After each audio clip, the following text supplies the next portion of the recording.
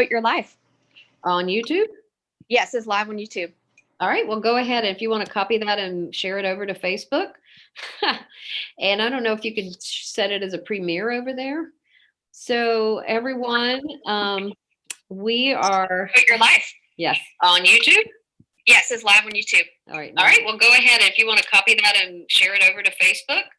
And I don't know if you could set it as a premiere over there.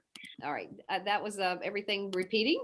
So now we are here live on YouTube and hopefully also on Facebook. And sorry about the technical difficulties, everybody. We were supposed to be here live at 4:00, and we have just had one issue after the other. So maybe this is supposed to be a very powerful broadcast. Who knows? But today's subject is dealing with grief over the holidays. And I'm here with Lauren Rose, who's our social media director. Is that your title? Yes, manager and communications manager. Yeah. Yeah. Something like that. Yeah. So Lauren has been working with us. How long now, Lauren? For a little. I started volunteering in July and then came on staff in September. Okay. So anyway, so Lauren has been doing an amazing job. Trying to stay in touch and get information from our online support group and our online our page as well. And so she has some questions that some of the ladies in the group asked today, and we're going to talk about. Tell me what you have. I've had women asking how to deal with resurfaced grief during the holidays. And also the second part of that is how to deal with resurfaced grief in your children during the holidays. Yeah. So I do remember coming out of my marriage with my ex-husband, and just, it felt like, here's the thing about grief. I will tell you this. To me, grief, it comes in waves. So you feel like you are doing okay. You feel like, oh, I have gone 5 days without feeling really, really sad, and then something will happen to trigger you or to remind you of what you've lost. And it's like, whoosh, it's like you get wiped out with the grief. And so I would like to, since it reminds me of coming in waves, it reminds me of, like, as a child going into the ocean. And when you first walk into the ocean, it's very, very rough. And so when you're first coming out of domestic abuse or any kind of a toxic relationship, it's really, really hard. I don't even remember much about the first Christmas coming out. I do know I journaled, and I remember writing that I would rather be dead at that point. That's how bad it was for me. And so Christmas and the holidays in general just remind us of our losses, because that's the time that most people gather around their family. And so it's bringing home what we've lost. And so it's not unusual to feel it. And also I want to say that it's not terrible to feel it. It's okay to grieve. And what we want to do is we want to grieve to God instead of becoming self-centered and feeling it can turn to self-pity real quickly. And so that's what we want to try to avoid. And so I do actually have a chapter in the workbook that we use in our ministry, the Call to Peace Companion workbook, and it's called Dealing with Sadness. So that's how I labeled it in there. But I just know that it can become all consuming if you don't handle it well. So it talks about in one of the Thessalonians that we don't grieve as the world grieves, because we grieve as those who have hope. And so we know that even though we may have been through something terrible, we have hope that it's not going to always be terrible, because we have a God who has promises. He promises that he will work all things together for good for those of us who love him and are called according to his purpose. And it says that, he knows the plans that he has for us, plans for good and not for evil, plans to give us hope and a future, Jeremiah 29:11. And so for me, reminding myself of those promises, I remember posting them on the walls of my house and going around and reading those scriptures out loud and praying them to God over and over and over again, saying, Lord, this is your promise. I don't feel it at all. And we have to remember that even though our feelings are valid, they're definitely not necessarily based on the reality that God has given us. So I had to keep saying, I choose to believe your promises towards me. And I am clinging and hanging on to you. So there's a passage in Jeremiah that talks about how we should cling to God as a waistband clings to a man's robe, right? So you just hanging on to him. And that's how I felt when I first came out of abuse. I know maybe you can relate to that some. Um, yeah, you're unmuted, but yeah. So Yes, I totally can relate to that. yeah, So. tell me, is there, when you were going through it, the first Christmas out is really the hardest, I think. Yes, I like remember being sick for the first month, like physically sick, like just feeling awful. And it felt like the only thing I can describe it is I felt like I literally jumped off the top of a skyscraper and was free falling and had nothing to cling to but Jesus. Like there's no other way to describe it. And you're hoping by faith that Jesus is going to catch you in the end. And he does. He catches you and holds you the whole way down, and it lands into a smooth journey. I mean, it's not always easy. It's sometimes, as even Ruby describes in her thing, it's harder, but it's good. It's not.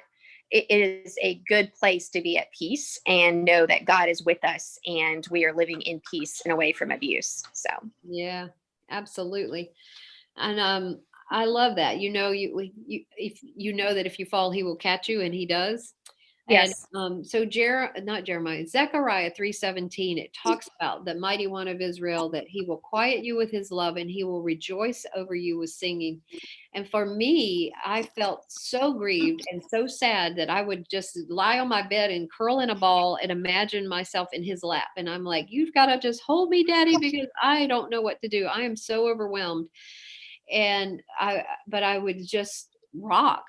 But again, imagining myself with him. And I think that again, it's not whether or not you grieve, you're going to grieve. There's no way to avoid grief. And if you try to avoid grief, I think it almost short circuits your healing process. And so allowing yourself to grieve, but grieving to God. And so I think that grieving well is one of your main goals. And then I think finding ways to express the grief. Are you okay over there? oh yes, it actually. I tried to swipe up and it almost took me off. Sorry. It's okay. All right. But anyway, finding ways to express the grief, getting it out. I know that I journaled and journaled. This is where my book comes from. I had so many pages and pages and pages of journaling, but my journaling wasn't just, oh, I'm poor pitiful me. My journaling was they were prayers to God.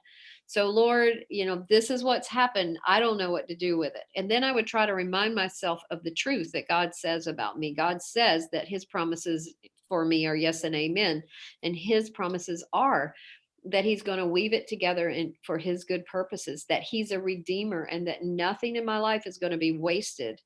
Um, coming at, it's 25 years since I got out. And so for me, I can say that that is very true. It took me a while to get to the point that I could say that's true, but it definitely is. So I would say journaling is a wonderful way to pour out your grief, but try to pour it out to God and not just, again, being self-centered. What am I going to do? If you get stuck in that, we can even pray in the wrong way. I think we have to pray in faith, knowing that God's promises are true.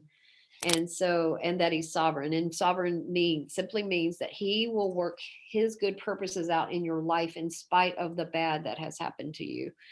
And so remembering that he's our advocate in heaven, it says that Jesus himself lives to intercede for us. He's in there, he's up in heaven pleading on our behalf. Not that the Father doesn't want to bless us, but he's reminding God, this is your child. She needs your help.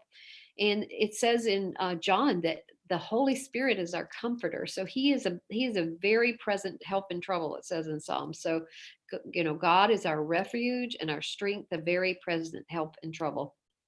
And so I think that all of those things, and again, just choosing how you're going to grieve, you can't try to skip it. Is really, it's very important. And so you were talking about how do you help your children grieve the losses as well.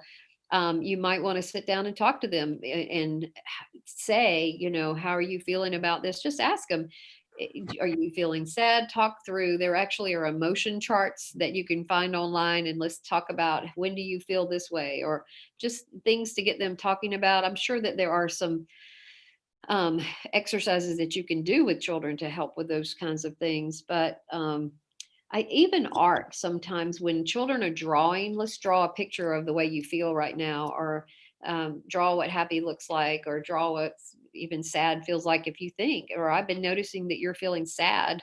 You want to talk about it. And if they won't talk, then um, just keep talking to them, because sometimes they're just hesitant and they feel like maybe they're being a traitor to the other parent if they're talking. So you could talk about things around it that might lead them into more of a conversation, and just talking about even telling them the promises of God and speaking those promises over their lives.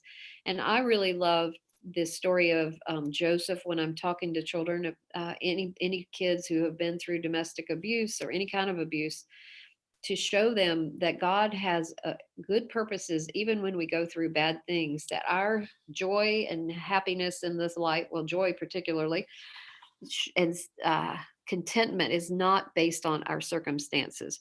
It's based on who He is. And so, what we want to do is we want to try to point them to those truths, point ourselves to those truths, and really choose to believe them, because it really is a choice. And so, I actually pulled out a couple of things in my workbook, because I thought, well, you told me about 5 minutes ago what we're going to talk about. And so this is something that I learned a while back about um, things that make grief worse, is asking why questions. Why did I do it this way? Beating ourselves up over what has happened and why we didn't do it a certain way. So asking why questions to me set me back, I think, in my healing journey for a long time. I just felt stuck. Why didn't this go like this? Or why did I do that? Not understanding God's sovereignty, because if I had understood that, even if I made a mistake, God's sovereignty is going to cover that. He can cover my mistakes, and He can even use my mistakes for good. And I know, I mean, speaking from many years of experience and thousands of mistakes, I know that God can use them for good. And so beating yourself up and asking why questions. Instead, I said it's a lot better to ask what and how questions. Lord, what do you want to teach me in all of this? What are you trying to show me? Because He wants to show you something good. He wants you, a lot of times, the best thing that came out of going through domestic abuse for me was my relationship with Him, and knowing Him the way I know Him. I would have never known Him like I do now. And finding Him to be faithful, that was really good. So, what do you want to teach me in all of this? How will you use it for good in my life? How should I respond to this, to what's happened? So, those are kinds of questions that you can be asking. Check your thought life. Don't allow yourself to dwell on the losses so much. Although I start out here saying, list the losses. You can't ignore them. You've got to put them down. So actually, in my prayer and in my prayer journal, I remember writing out every bad thing that had happened to me. And sometimes I think you have to do that. It says in Psalms that we pour out our complaints to Him. So anyhow, I have several scriptures and things that you can work through. And I even said in this workbook that I believe that going through domestic abuse is probably worse or just as bad as going through death if you were to lose a spouse to death. That's the way it felt to me. Because I knew that my spouse was deliberately choosing to hurt me. Well, for the longest time, I thought he couldn't help himself. And once I realized that, that is really sad. And so it was very, very hard for me, after I had to come to the conclusion that he was making choices to hurt me. And that is very grievous. So anyway, I would recommend that you work through the chapter in the workbook. It's chapter 10, I believe. And hopefully that answers that question to some degree. Yes. I do know too that last year at our retreat for women, one of the counselors in our area did a whole workshop on grief. And I think we might have recorded it. I don't know if we've ever got it up. I'll have to check into that, but she will be doing it again at our spring retreat, I believe, on He Makes All Things New in May. May 13th through the 16th with Leslie Vernick. Which counselor is this? Her name is Abigail Koloff, and I know she did a breakout on grief last year. We'll try to find it and post it here, or post it at least in our online group. So, well, not here because we are actually on YouTube, and hopefully now we've shared it to Facebook, and I can't see the comments because all of our technical difficulties today. Are you able to see any comments, Lauren? I can go look right now. So I'm going to go disappear and come look and see. Okay. We don't have any comments yet. So I'm guessing. Well, with all our weird difficulties, it's yeah, and we're not really live on Facebook. We're just, I don't know what we're doing. Or are we? How does that work? We are. I linked it. It says we are live here and you can look and see, but there's no comments, but I can look on YouTube, but I can't get there. Okay. Yeah, I see. Well, anyway, and so is there anything else that we want to talk about while we're on here?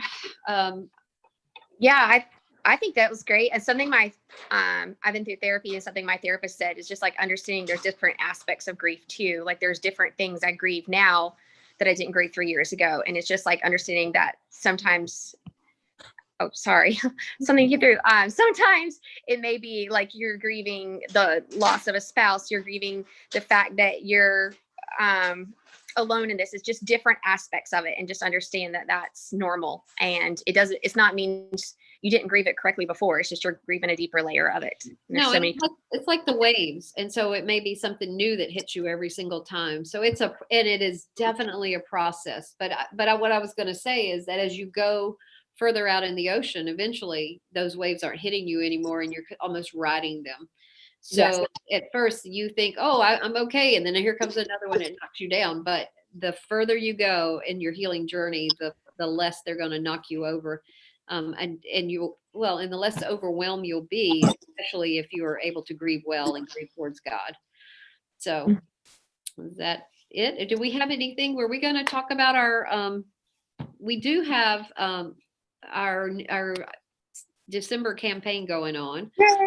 Yeah. And what we're trying to do is we want to be able to help those of you who are in the grief process. And so what we're trying to do for our end of the year challenge, we actually have a $15,000 matching grant, and we are going to use the funds that we receive at the end of this year towards advocacy, counseling, support groups to help those who are definitely in the grieving process to be able to heal and to come out of this well, because you could come out of domestic abuse in two ways. You don't necessarily heal without working towards your healing, and that's what we're all about here at Call to Peace.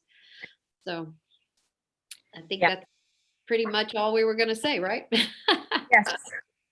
Yeah, I'm excited for the campaign and seeing all that God's going to do through the new year with Call to Peace. So anything you donate between now and the end of the year will be matched dollar for dollar, up to $15,000. And so we are so grateful for you being here on our page, and just the support that you've given us this year has overwhelmed us. It's amazing, and we needed it because we are being overwhelmed with people coming to us for help and for healing. And so thank you for that. And let's try to join together between now and the end of in December the 31st, and really make a difference for more women, because we are going to be able to provide them with more resources.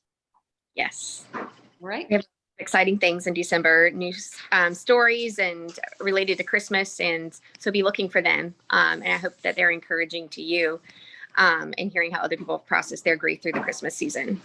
So. All right. Thank you, Lauren, and bye, everybody.